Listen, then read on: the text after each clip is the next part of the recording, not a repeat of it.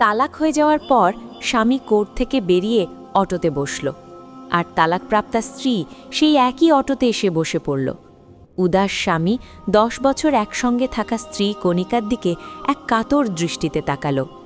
কণিকা নিভে আসা হাসি দিয়ে বলল, বাসস্ট্যান্ড পর্যন্ত শেষ পথটা তোমার সাথেই যেতে চাই। স্বামী বলল, ঠিক আছে। রাস্তায় যেতে যেতে স্বামী বলল, মোহরানার ও ভরণপোষণের টাকা 2 থেকে 3 মাসের মধ্যে দিয়ে দেব, বাড়িটাও বেচে দেব, তোমার জন্যই তো বানিয়েছিলাম। তুমি যদি জীবনেই না থাকো তবে সেই বাড়ি দিয়ে কি করব আমি?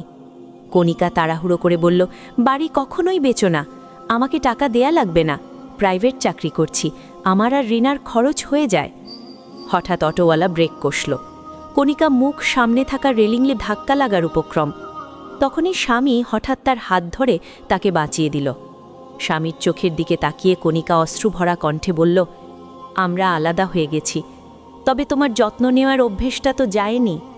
সে কিছু বলল না, কিন্তু কণিকা কেঁদে ফেলল। কেঁদে কেঁদে বলল, একটা কথা জিজ্ঞেস করি? স্বামী চোখ তুলে বলল, কি? কণিকা ধীরে ধীরে বলল, 2 বছর হয়ে গেল আমরা আলাদা থাকছি, আমার কথা তোমার কখনো মনে পড়ত?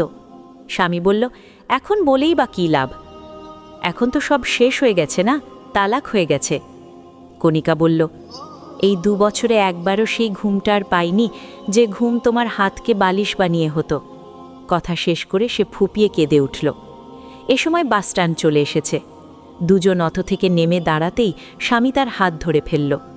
অনেকদিন পর স্বামীর স্পর্শ কবজিতে অনুভব করে কণিকা আবেগে ভেসে গেল। স্বামী বলল, চলো নিজের বাড়িতে চলে যাই।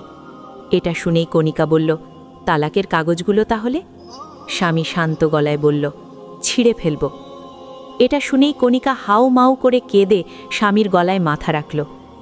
পেছনে আর একটা অটোতে আসা স্বামী স্ত্রীর আত্মীয়রা সব কিছু দেখে চুপচাপ কোনো কথা না বলে বাসে উঠে চলে গেল। নিজের সম্পর্ককে কখনোই আত্মীয়দের হাতে ছেড়ে দিও না। নিজের সিদ্ধান্ত নিজেই নাও, নিজেদের মধ্যে কথা বলো, ভুল হলে তা স্বীকার করো। তাই সমস্ত সিদ্ধান্ত নেবার আগে নিজে ভাবুন এবং আপনার জীবনসঙ্গীকে নিয়ে ভাবুন। দুজনে একসঙ্গে বসে আলাপ আলোচনা করুন, যদি সমাধানের মতো হয়।